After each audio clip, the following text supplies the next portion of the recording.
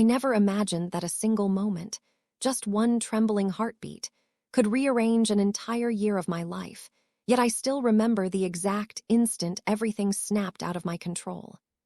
It was the way my mother looked at me that morning, not with anger, but with this quiet, exhausted disappointment that somehow pierced deeper than any punishment ever had.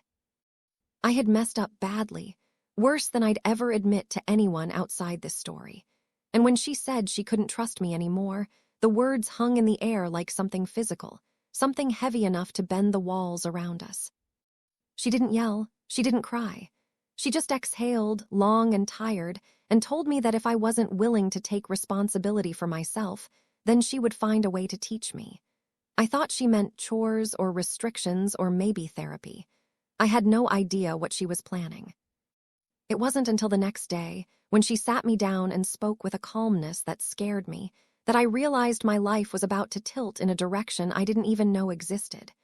She said something had to change, something deep in me: discipline, humility, empathy, control. And she believed the only way to break my downward spiral was to break my habits. All of them. Her solution, as strange as it sounded, wasn't meant to humiliate me. She said it was meant to rebuild me.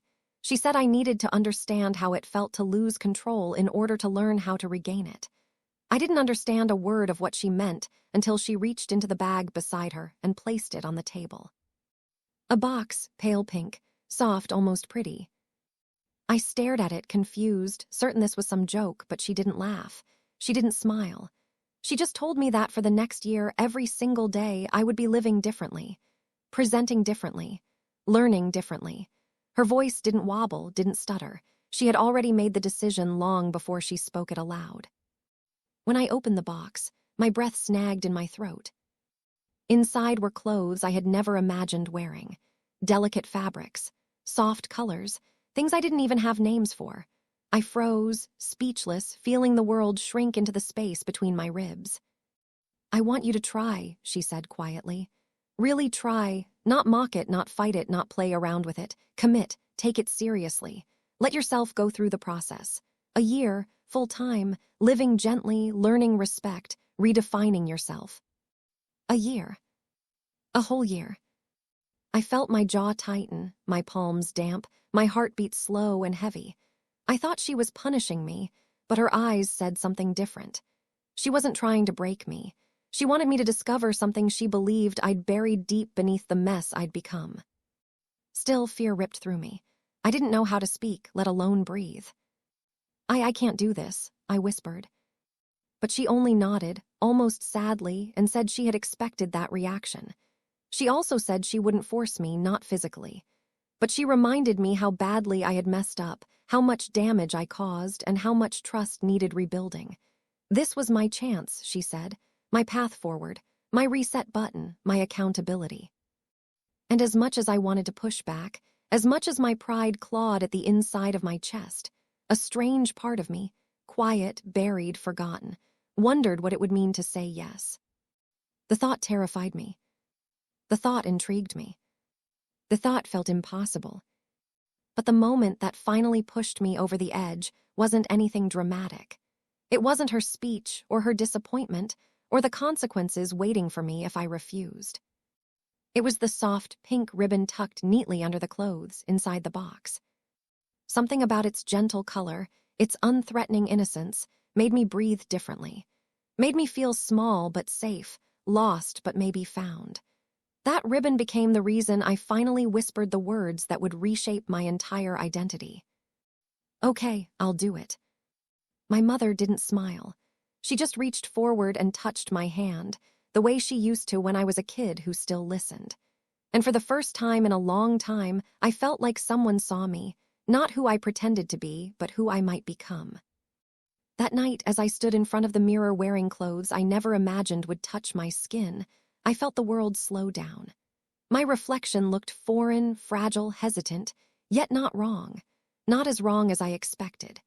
My throat tightened, and I had no idea if the emotion swelling in me was fear or curiosity. Maybe both. Maybe everything.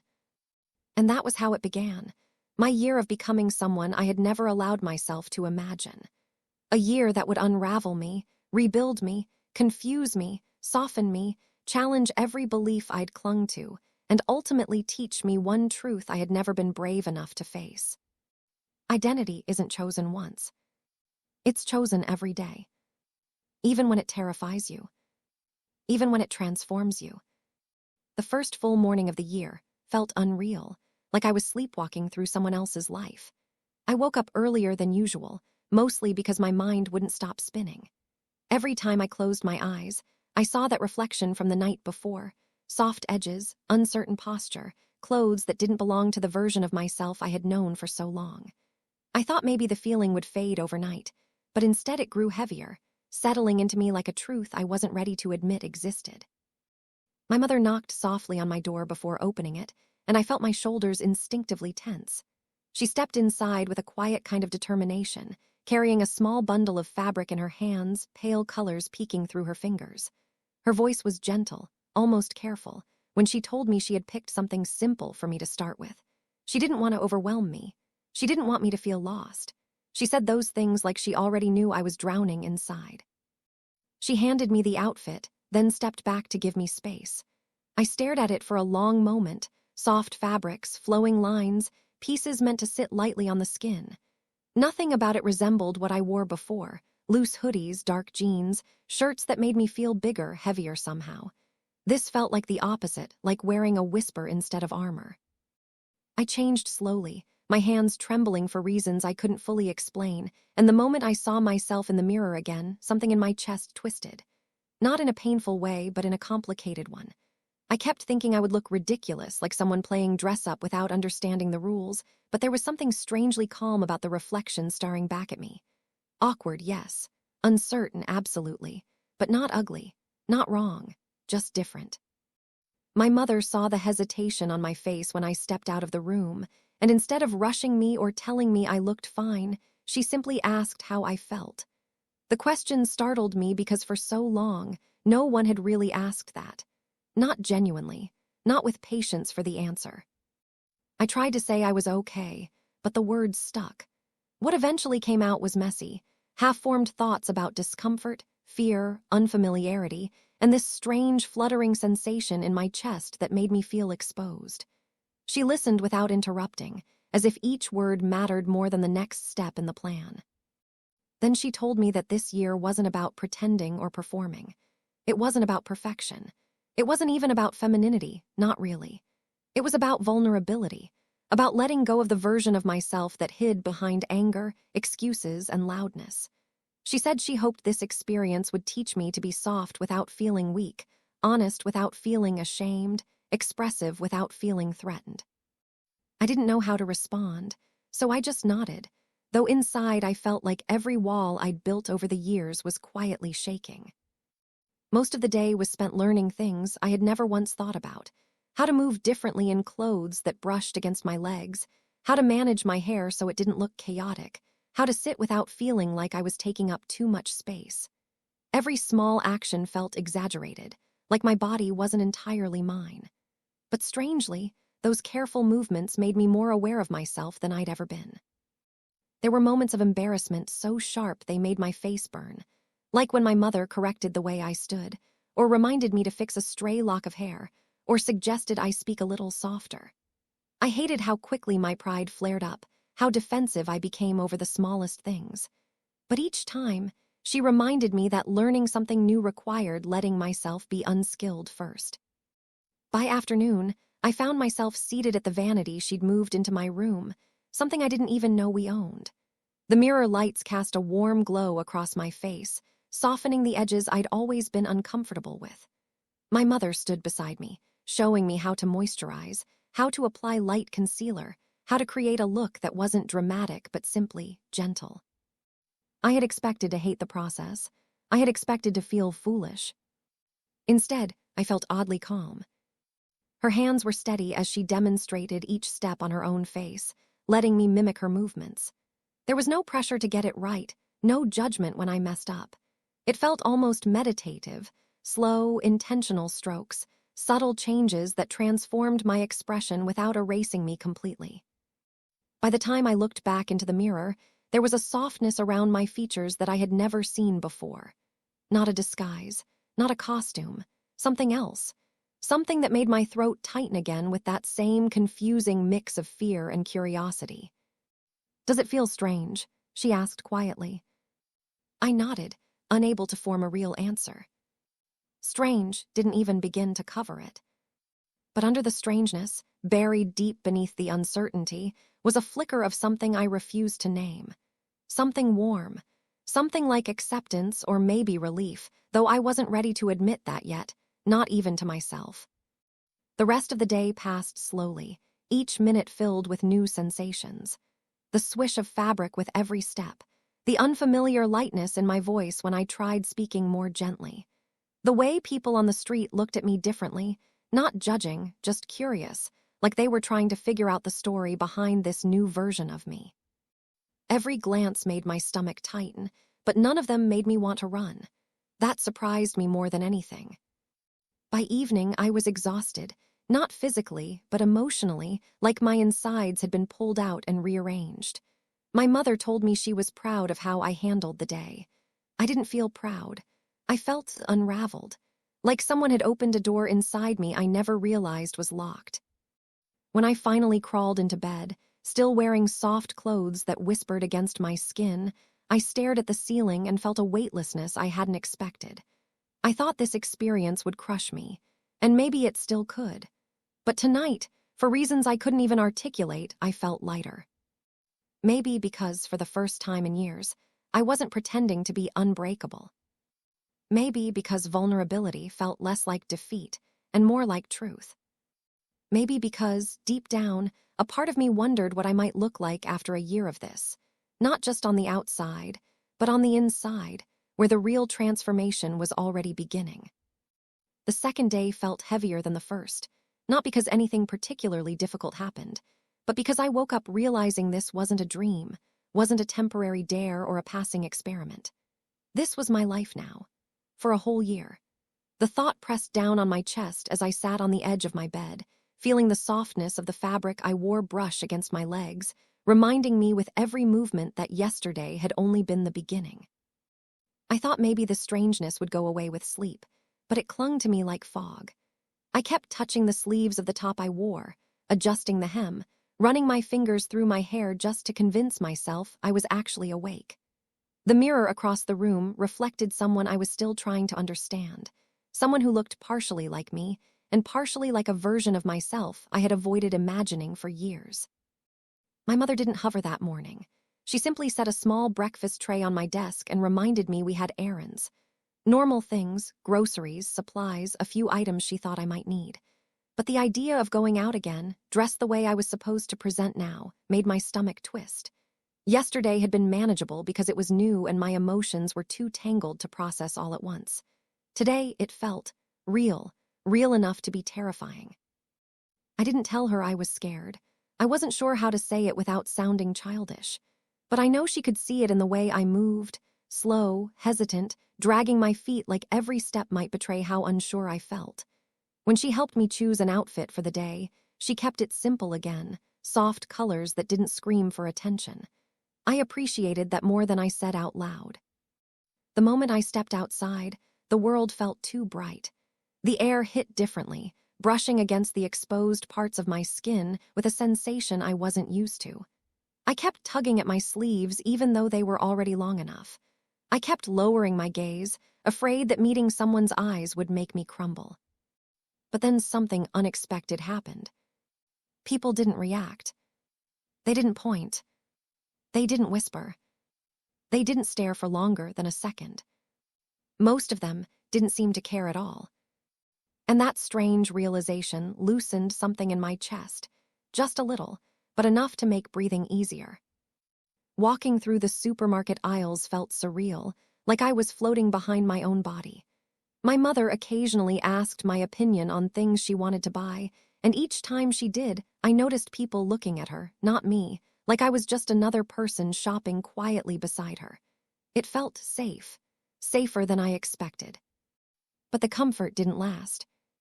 Halfway through the store, a group of teens walked past us, laughing loudly, talking over one another. They didn't say anything to me, didn't even notice me, but the sudden burst of chaotic noise startled me. I flinched before I could stop myself, my shoulders jumping, my hands tightening around the basket I held. My mother noticed instantly. She didn't say anything, but she stepped closer, her presence forming a kind of shield I didn't ask for yet desperately appreciated. I hated how vulnerable I felt, how easily rattled, how exposed my emotions were. Before all this, I could hide behind anger or sarcasm or apathy. Now, wearing softness on the outside seemed to pull the softness out from the inside too, whether I wanted it or not. When we returned home, I practically collapsed onto my bed. I wasn't tired physically, just overwhelmed. Everything felt amplified, my senses, my fears, my awareness of myself. I didn't know how to hold so many emotions at once without spilling over. My mother knocked softly before entering. She sat beside me, hands folded in her lap, waiting for me to talk. I didn't want to admit that something as simple as running errands had shaken me this much. But the silence felt heavier than the truth, so eventually I forced myself to speak. "I feel like everyone can see right through me," I whispered. "Like I'm pretending and they know." Her expression softened, the kind of softness that didn't pity me but understood me. She told me that most people were too wrapped up in their own lives to scrutinize strangers. She said my fear wasn't about them. It was about me, about how unfamiliar I still was with this version of myself. "Pretending is what you used to do," she said gently. "This is you learning. There's a difference." I didn't fully believe her, but I wanted to. Later that evening, she surprised me by handing me a small notebook. She said she wanted me to write in it every night, not about what I did, but about how everything made me feel. I stared at the blank pages, intimidated by their emptiness. She said it wasn't about making sense or being eloquent. It was about letting my thoughts exist somewhere outside my head so they didn't suffocate me. After she left the room, I opened the notebook and stared at the first page for a long time. The words didn't come easily. My handwriting felt shaky. But slowly, one sentence spilled out, then another. They were messy and awkward and unfiltered, the emotional equivalent of stumbling over every step. But when I closed the notebook, I felt lighter. Like I had opened a small window inside myself. Like maybe, if I kept writing, I could understand who I was becoming. That night, as I lay under the covers, feeling the faint brush of the soft fabric against my skin, I realized something I hadn't been willing to admit before. The fear wasn't just about embarrassment. It was about possibility. A possibility I wasn't sure I was ready to face. A possibility that terrified me more than judgment ever could. Because what scared me most wasn't that people might see me differently. It was that I already did. The fourth morning came with a strange quietness, not outside, but inside me. For the first time since this year began, I didn't wake up feeling like I was stepping into someone else's life. I still felt uncertain, still felt like I was walking on unfamiliar ground, but there was something calmer about it. Like my mind had stopped thrashing for a moment and was finally letting me breathe. I stayed in bed longer than usual, staring at the ceiling, trying to make sense of the shift. It wasn't confidence. It wasn't comfort. It was something smaller but more important, a fragile acceptance that I couldn't outrun this experience. And maybe I didn't want to. But the calm didn't last. My mother called me into the living room, her voice gentle but firm, and when I entered, I immediately sensed that something was different. On the table sat a small bag from a boutique I hadn't noticed before, the kind of place with soft lighting and curated displays, the kind that made me nervous even walking past it. She told me she had scheduled something for today. "Just a small step," she said, but the way she said it made my hands sweat. I didn't want to ask what it was, but I also didn't want to walk in blind. So I swallowed the tightness in my throat and whispered, "What kind of step?" She opened the bag and out came a pair of shoes. Not overly feminine, not flashy, simple, soft-colored flats with a rounded toe, but I froze all the same. Shoes felt final. Shoes felt like a declaration. Clothes could be explained away as comfort, makeup as curiosity. But shoes dictated posture, movement, presence. They changed how you existed in a room. I stared at them, feeling that earlier calm collapse inside my chest. "I can't wear those outside," I said before I could stop myself. "You won't have to," she replied. "Not yet. Today we stay home. You just learn how they feel." I didn't know whether to be relieved or terrified, but part of me knew resistance would only delay the inevitable. So I picked them up, lightweight, unfamiliar, and slid them on. The moment I stood, everything changed. My steps felt quieter, smaller, more deliberate. I didn't stomp or shift my weight the way I normally did. The shoes forced me to walk differently, lightly, almost carefully, as if they were teaching me something without saying a word. My mother watched me with a soft smile, the kind that wasn't proud or amused but understanding. She told me that sometimes change doesn't happen through big decisions, it happens through quiet habits. The way we stand, the way we walk, the way we shift our weight when no one is watching. The rest of the morning was spent moving around the house in those shoes. Every hallway felt new, every step a test. I kept catching my reflection in windows and mirrors, each time startled by how different I looked, not just visually, but emotionally. There was a gentleness in my posture that I didn't recognize, and what unsettled me most was that it didn't look wrong. In the afternoon, she asked if I was up for trying something new with my hair. Not a cut, not anything permanent, just styling. I hesitated, but curiosity pushed me forward more than fear this time. She guided me through brushing techniques, showing me how to keep it smooth, how to let it frame my face instead of hide it. It felt strangely intimate, vulnerable in a way I didn't expect.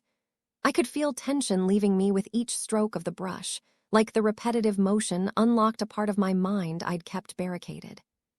When she stepped back and let me see the result, my breath caught in a way that made no sense. My reflection looked gentler again, softer around the edges. And while I still recognized myself, I also saw someone emerging, someone I didn't have a name for yet. Not a caricature. Not a role. Just possibility. But as evening fell, that fragile calm began unraveling.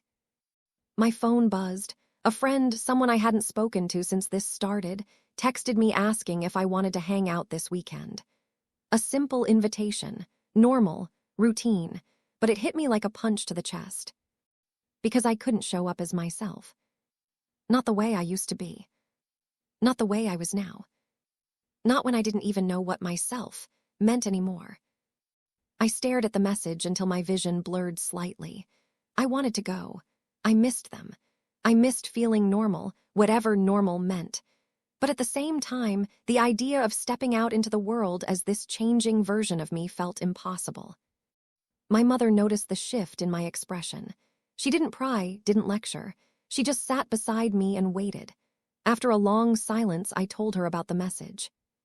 Her response surprised me. "You don't have to decide today," she said softly. "You're allowed to take your time. You're allowed to change. And you're allowed to choose who sees that change and when." Her words made something inside me loosen, something that had been wound tight since the moment I opened that pink box. For the first time, I realized this year wasn't just about rules or discipline. It was also about gentleness, about allowing myself to grow without forcing myself to sprint. Later, when I opened my notebook to write, my thoughts spilled faster than I could catch them. They weren't neat. They weren't consistent. They were scared, curious, angry, hopeful, confused all at once. But I didn't stop writing until my hand cramped. And when I closed the notebook, I realized something that terrified me more than any outfit or makeup or pair of shoes ever could. I didn't hate who I was becoming. I didn't fully understand it. I wasn't fully ready for it. But somewhere deep inside, beneath all the confusion and fear, I didn't hate it. By the 5th day, something subtle had shifted inside me, so quiet I didn't notice it at first. It wasn't confidence or acceptance or anything as dramatic as that. It was more like the feeling of stepping into a room you've been avoiding, only to realize it's not as dark as you expected. I wasn't comfortable in this new life, but I wasn't fighting it with the same wild panic anymore. Still, when I woke up and saw the clothes laid out on my chair, soft, pastel, gentle, I felt that old nervous flutter in my stomach. My mother must have placed them there while I slept. She was trying so hard to make each day feel guided, not forced, and part of me appreciated it far more than I could admit. I got dressed slowly, every movement deliberate. The fabric whispered against my skin, reminding me with each touch that this transformation wasn't just external. It was beginning to seep into the way I moved, the way I breathed, the way I thought. When I caught my reflection, I paused longer than I meant to. I wasn't staring out of disbelief anymore. I was staring because I was trying to understand the person looking back. There was still tension in my shoulders, still awkwardness in my stance, still that flicker of fear behind my eyes. But there was also softness, a softness I didn't know how to feel about. My mother knocked and entered with her usual gentle smile. She asked if I was ready for today. I didn't know what today meant, and judging by her expression, she wasn't eager to tell me right away. That alone made my heartbeat pick up. "We're taking a trip," she finally said. "Just a short one, somewhere calm." My throat tightened. Leaving the house still felt overwhelming, even though yesterday had gone better than I expected. Still, I nodded, and she placed her hand briefly on my arm, grounding me in the moment. We drove to a small park on the edge of town. Not crowded, not noisy. Just open sky, trees swaying in the breeze, and a walking path looping around a pond. She said she chose it because she wanted me to breathe somewhere other than my room or the aisles of a grocery store. At first, walking felt awkward again, my steps small, my movements self-conscious. I kept glancing at every passerby, half expecting stares or whispers that never came. It struck me how much weight I put on other people's imaginary judgments, even when they weren't looking at me at all. My mother walked beside me, not talking much at first, just matching my pace. Eventually, when she sensed I had settled into the moment a little, she asked quietly, "How does it feel?" I didn't know how to answer. The words tangled inside me. I didn't feel bad exactly. I didn't feel good either. I felt suspended, like I was floating between two identities and didn't know where I'd land. "I feel like I'm wearing someone else's skin," I said finally. "But it's starting to feel less impossible." She nodded, as if she'd expected that. That's how change starts, not with clarity but with possibility. We sat on a bench overlooking the pond. The water shimmered faintly, reflecting patches of sunlight that moved with the breeze. I found myself watching the ripples, losing track of time, losing track of my fear just long enough to breathe normally. Then she said something I wasn't prepared for. "You know, I didn't choose this year just because of what happened." I turned to her, confused. She continued, her voice quiet. "I chose it because I've seen you struggling with yourself for a long time, even before the mistakes, even before the arguments. You've been fighting something inside you, and you didn't have the words for it." Her words hit harder than I was ready for. I wanted to argue. I wanted to insist she was reading too deeply into things. But the silence between us stretched, and I couldn't bring myself to lie, not to her, not to myself. Because a part of me had been struggling. Not with identity in an obvious way, not with a desire I could name, but with expression, with softness, with a version of myself I'd always shoved into the background because I didn't know what to do with it. "Does this look like what you think I want?" I whispered, feeling my voice tremble. "Because I don't know what I want. I don't even know who I'm supposed to be." She reached over and lightly squeezed my hand. Not pushing, not guiding, just holding. "You don't have to know right now," she said. "That's why you have a year, not to become something specific, just to make space for whatever truth is hiding under everything else."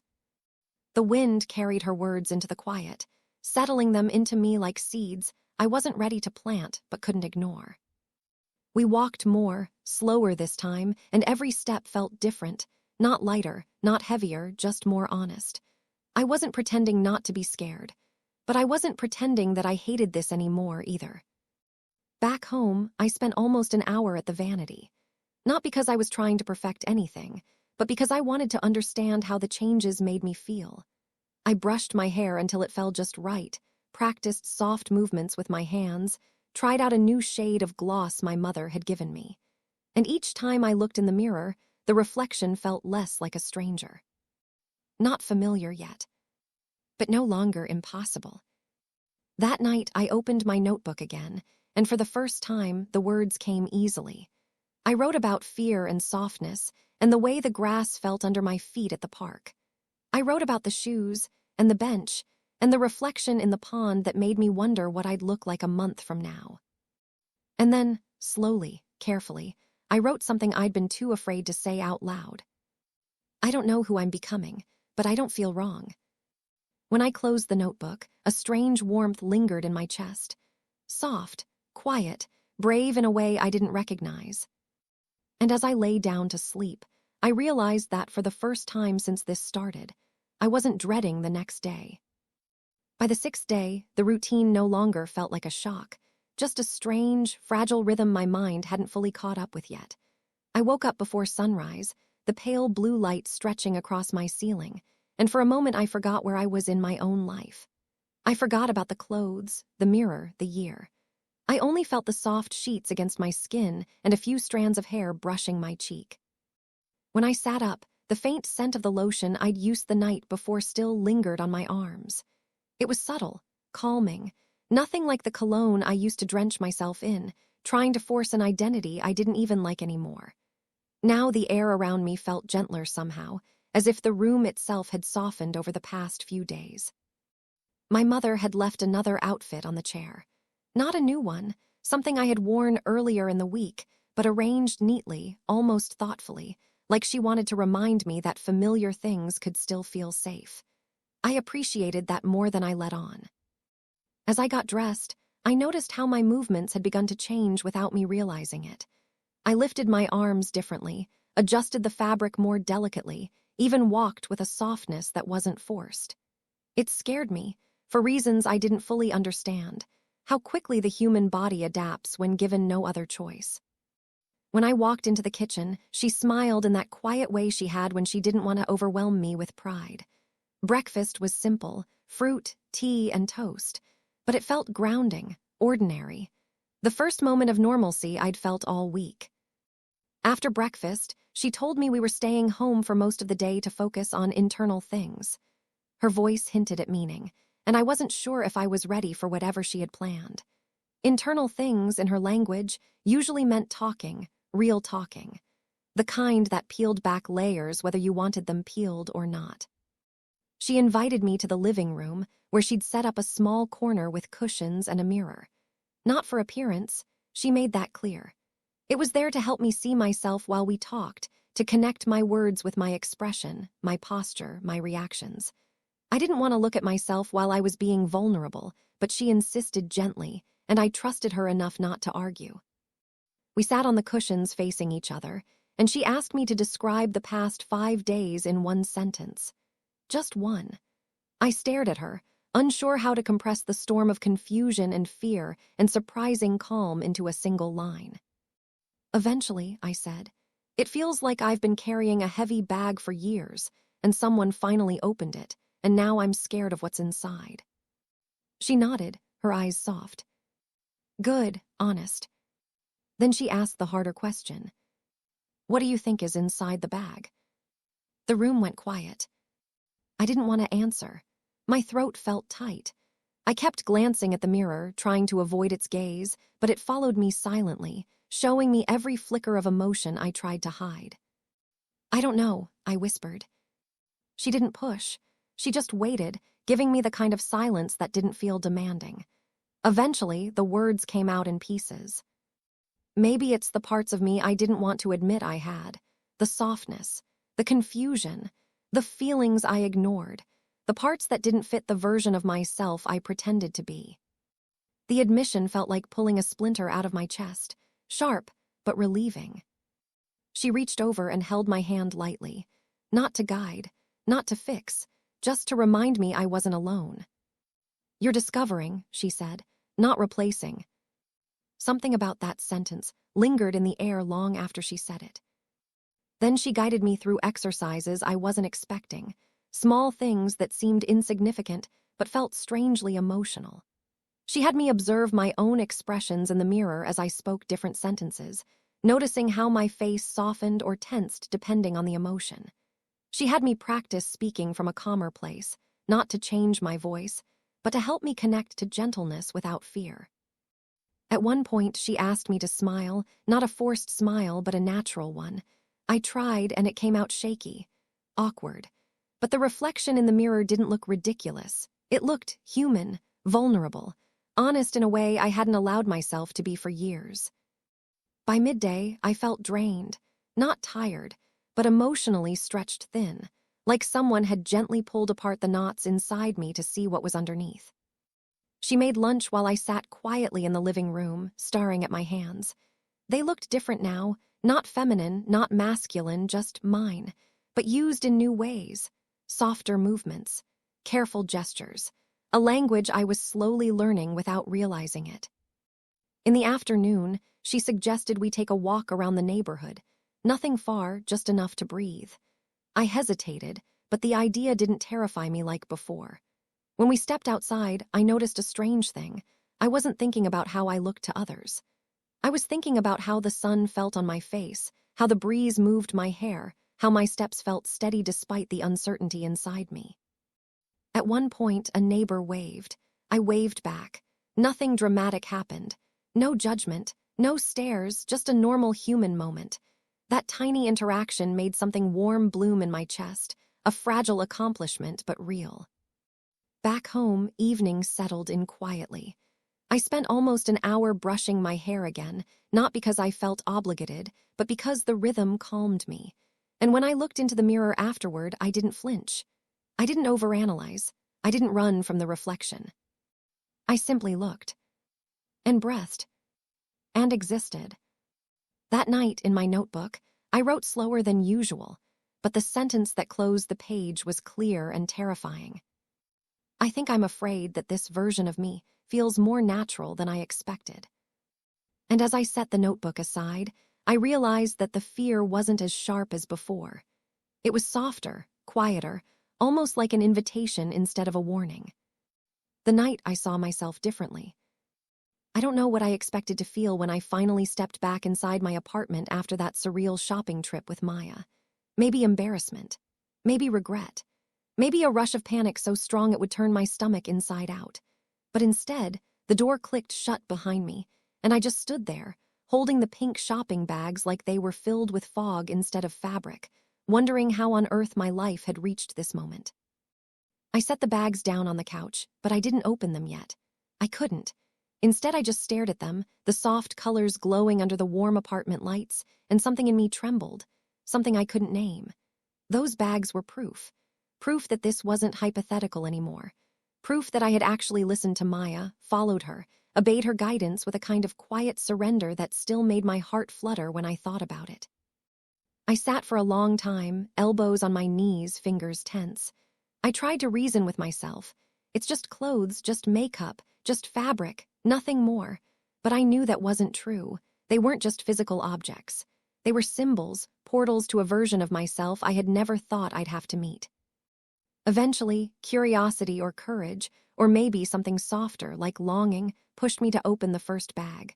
The delicate rustle of tissue paper was almost too loud in the silence. The first thing I pulled out was the pastel dress Maya had insisted on. I held it up by the shoulders, letting the fabric fall, smooth and weightless. Under the light, it shimmered faintly, as if teasing me. My heart moved strangely in my chest. Not fast, not slow, just different.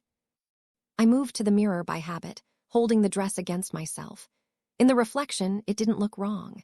It should have looked out of place, ridiculous, absurd. But somehow it didn't. It looked like something that fit a part of me I'd ignored so thoroughly I'd forgotten it was still breathing. Something whispered at the edges of my thoughts, a feeling like standing in a doorway between two worlds, one I understood, and one felt terrifyingly unfamiliar. I set the dress down and opened the next bag. Makeup. Carefully chosen shades, nothing extreme, all soft colors that gave a sense of subtlety. I ran my thumb over the lid of the foundation compact, the blush palette, the little tubes with silver caps. I didn't open them. I just held them, warmed by the idea of possibilities.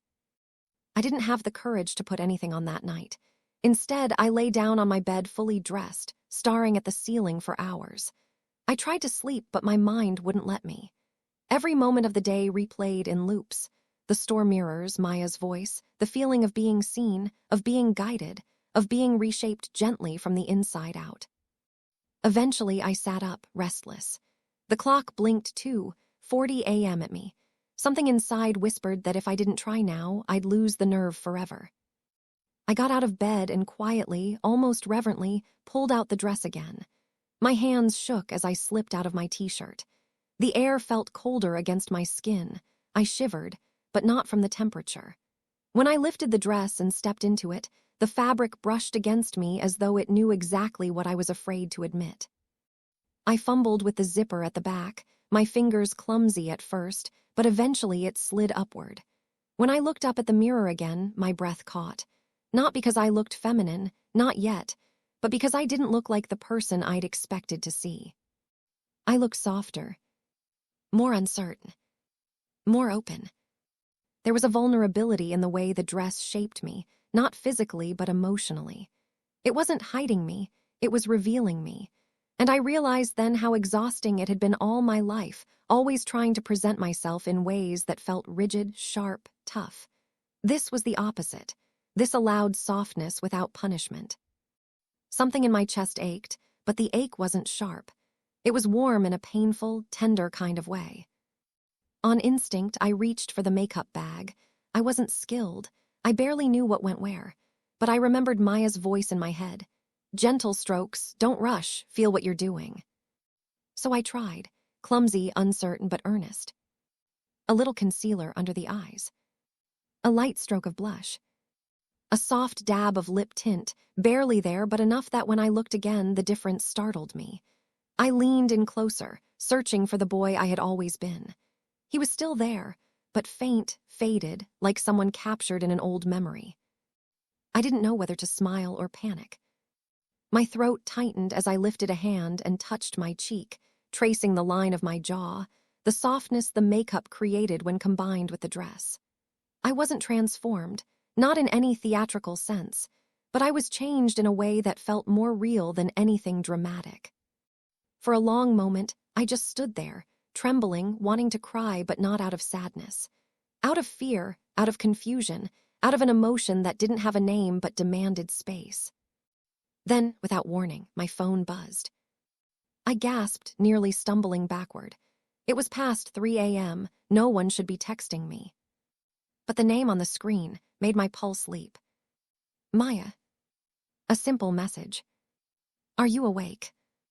My fingers hovered over the keypad as I glanced at my reflection again, and for the first time that night, I didn't look away. I typed back with hands that refused to steady. Yes. A moment later, her response lit up the screen, almost gentle, almost knowing. Good. Something told me you might be trying things tonight. Do you want to talk? My breath left me in a shaky rush. I didn't know why she knew. I didn't know how she always sensed the exact moment I needed someone. But I did know one thing. I wasn't ready to face myself alone. So I typed, yes, please. And as I waited for her call, standing there in a soft dress at 3 a.m, looking like a version of myself I never knew I needed to discover, I realized something I wasn't ready to say out loud. This wasn't just an experiment anymore. It was becoming a truth I could no longer outrun. Her voice in the dark. The phone rang before I had even managed to breathe properly. I stared at the glowing screen for a second, my heart thundering so hard it felt like it shook the dress against my ribs. I didn't know why answering felt harder than stepping into the dress itself, but it did. It felt like letting someone else into the moment I had been quietly falling apart in. I finally swiped to accept. Maya, I whispered. Her voice slipped through the speaker like warm light entering a cold room. Hey, I knew you. Pick up. There was no judgment in her tone. No teasing. Just certainty, the kind that made my throat catch because I didn't even feel certain about myself. What made you call? I asked, trying not to sound breathless. She laughed softly, but not unkindly. Because you had that look earlier. The look people get when they're right on the edge of doing something brave and terrifying at the same time. I turned slightly, seeing my reflection again. The soft makeup, the pastel dress. The way my shoulders seemed smaller somehow, not physically but in attitude, like they were finally allowed to drop after years of tension. I tried something, I said, my voice barely audible. Are you wearing the dress? She asked gently. I didn't answer immediately, but the silence probably said enough. You don't have to tell me if you're not ready, she added quickly. I'm not here to pressure you. The strange thing was, her gentleness made it harder, not easier, to speak. I had spent so long hiding, locking everything down. Having someone show kindness felt like standing in the sun after being in darkness too long, almost painful. Finally, I swallowed. Yeah, I'm wearing it. The phone was quiet for a second. Then she exhaled, slow and warm. I'm proud of you. I blinked hard, the compliment hitting deeper than it should have. Why? I didn't do anything. Yes, you did, she said firmly. You faced yourself. That's harder than facing anyone else. Her words settled into my bones, strangely heavy and comforting at once. I sat down on the edge of my bed, the fabric of the dress folding gently around my legs. I kept looking at my reflection as I spoke, almost as if I was trying to convince myself I wasn't dreaming. It feels weird, I admitted. I thought I'd feel stupid or ashamed, but I don't. I just feel. I searched for the word, but nothing felt right. Different, she offered. Yeah, I whispered. There was a quiet hum on the other end, like she was thinking deeply. Listen, she finally said. Can I tell you something? Please. When we were shopping today, she began softly, I wasn't just choosing things for fun. I was watching you, the real you. The way you kept touching the fabrics as if part of you already knew what you wanted but didn't know if you were allowed to want it. My breath stuck in my chest. I didn't realize I was doing that. That's because you're not used to noticing yourself, she said. You've been surviving. That's different from living. Her words cut deeper than she probably intended, but they were the truth. I had spent so long avoiding emotional clarity that being confronted with it felt like being seen under a bright spotlight. What do I do now? I asked quietly, almost afraid of the answer. What do you feel right now? She countered. I forced myself to look at the mirror again. The gentle softness, the faint makeup, the way the dress wrapped around me like a question. My heart thudded loudly. I feel scared, but also safe somehow, and confused, and like something inside me is finally being heard. Maya let out a sound that was almost relief. That's exactly where you're supposed to be. Confusion means growth, and feeling safe, that means you're doing this for the right reasons. I didn't realize tears were gathering until one slipped down my cheek and landed on my hand. I wiped it quickly, embarrassed. Are you crying? She asked softly. No, I said instinctively, then sighed. Maybe. It's okay, she murmured. You're allowed to feel everything you're feeling. Her voice had a way of unraveling all the knots inside me. I lay back on the bed, staring at the ceiling but holding the phone close to my ear as if it could anchor me. Would you, I hesitated, my voice trembling, would you stay on the call for a bit, just until I fall asleep? There was no pause this time. Her answer came instantly. Of course, I'm right here. Her voice softened even more, turning almost melodic as she talked about nothing in particular. Funny stories, random thoughts, gentle reassurances that I wasn't alone. And for the first time in a very long time, I fell asleep not with a racing mind, not with fear, but with someone's voice reminding me that I wasn't navigating this new identity in isolation. Before drifting off completely, I realized something that both terrified and comforted me. A year as a sissy, as the agreement had said, wasn't just a set of rules anymore. It was becoming a journey. A real one. And I had just taken the first step into it. The day I couldn't hide anymore. When I woke up the next morning, my phone was still beside me, the call long ended, but the warmth of Maya's voice lingered like the final notes of a song. For a few seconds I forgot everything, forgot the dress, the makeup, the trembling revelations of the night before. I forgot I had crossed a line I could never uncross. Then the fabric shifted around my waist as I sat up. and everything came rushing back. I stared at my reflection across the room. The makeup was smudged now, faint traces of blush still clinging to my cheeks, the lip tint faded but visible. The dress had wrinkled slightly from sleep, but somehow that made it feel even more intimate, like it had been part of a dream I wasn't ready to let go of. But then the fear returned.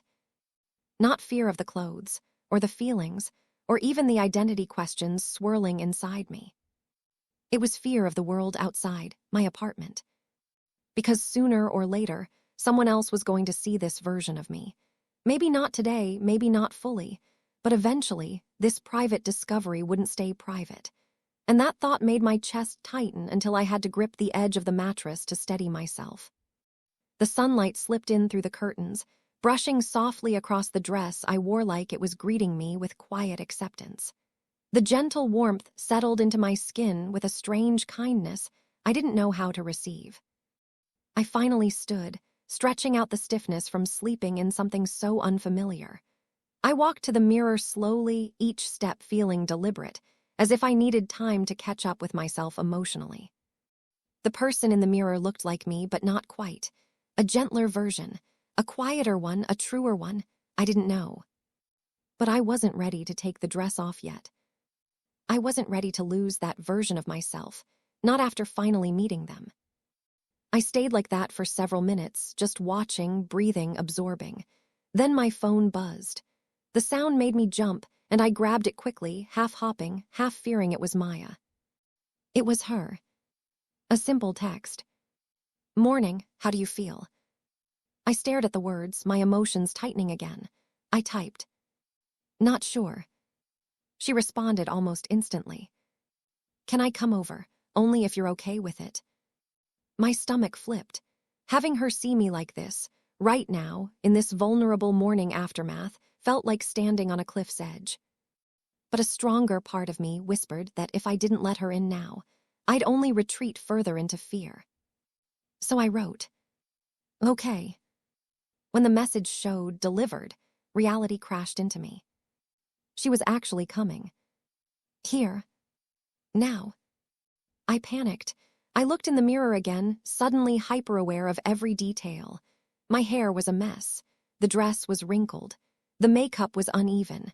I looked like I had slept in the middle of an emotional storm. I should change, I thought. I should wash my face, I thought. I should pretend last night never happened, I thought. But then I didn't move. Because last night did happen. And the person I was becoming didn't deserve to be erased the moment daylight arrived. I took a deep breath and sat on the couch, forcing myself to stay exactly as I was. My heart raced so hard it felt like it echoed in my throat. A knock came at the door, 3 soft taps. I froze. Then, very slowly, I stood and opened it. Maya stepped inside without a word, her eyes landing on me immediately. But she didn't stare in shock. She didn't tilt her head in confusion. She didn't even blink. Her expression softened with a kind of quiet tenderness I wasn't prepared to withstand. "You look peaceful," she said. I let out a shaky breath I hadn't realized I'd been holding. I thought I'd look ridiculous. "Why would you?" she replied, stepping closer. "You just look like you." My throat tightened. I don't even know who that is anymore.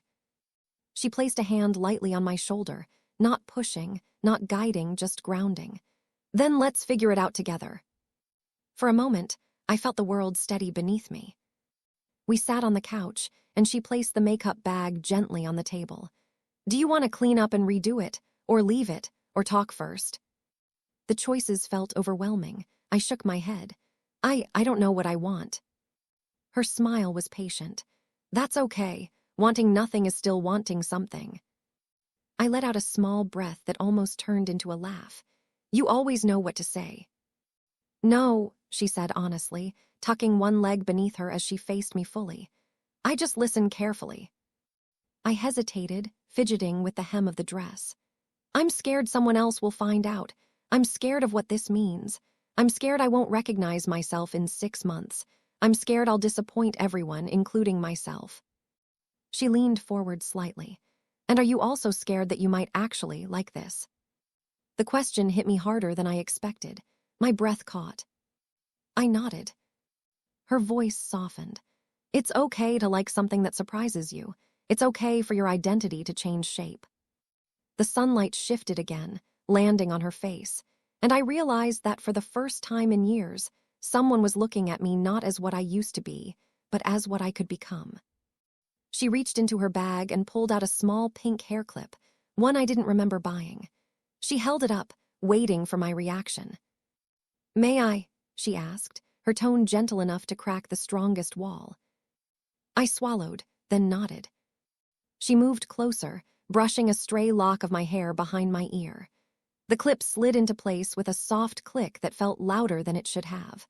When she stepped back, she gave me a look that made my chest tighten in a warm, trembling way. "There," she whispered. "Now you're starting to see what I see." I turned toward the mirror, and for the first time, not last night in confusion, but now, fully awake, I saw a version of myself that didn't look accidental. I saw intention. Possibility. Human fragility wearing a pastel dress and a smudged blush.